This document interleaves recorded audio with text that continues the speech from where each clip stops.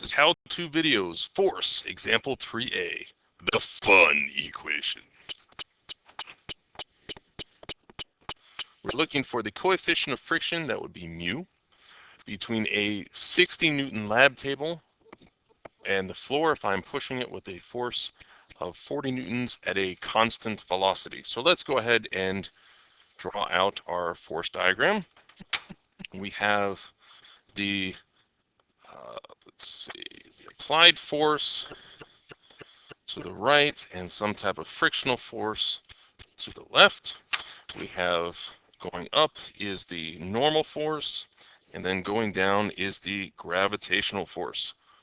Now, if we list out our information, normal force, gravitational force is given as 600 newtons.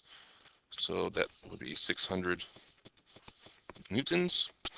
And then the applied force, which is given as 440 newtons. And then the frictional force, which is unknown. And then we are looking for mu. That is our end goal. So if we're going to be using the fun equation, then we need to, if we're going to be using the mu, that means we're going to be using the fun equation. Let's go ahead and write that out. Force of friction equals mu times force normal.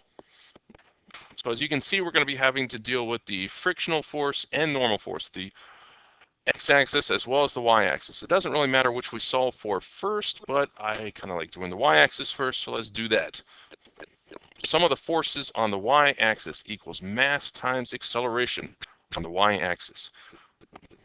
Y-axis consisting of the normal force, and then subtracting the gravitational force equals mass times acceleration. However, if you follow the same procedure as always, is it rising up into the air?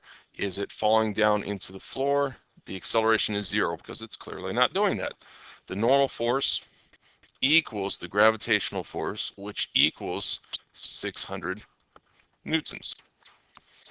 Now, for the x-axis, sum of the forces on the x equals mass times acceleration on the x. We have the applied force minus the frictional force. So here we are, the applied minus the frictional equals mass times acceleration on the x.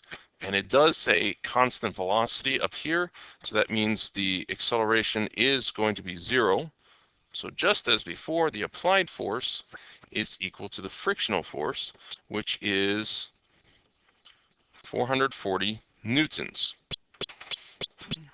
Now, using the fun equation, I can rearrange and I can say mu is equal to force of friction divided by force normal. And then I can simply plug in, let's see, that would be equals 440 newtons divided by 600 newtons.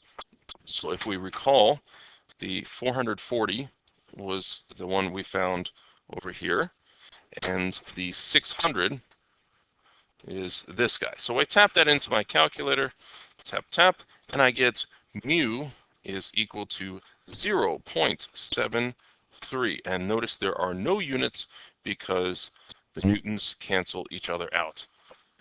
Yay, physics.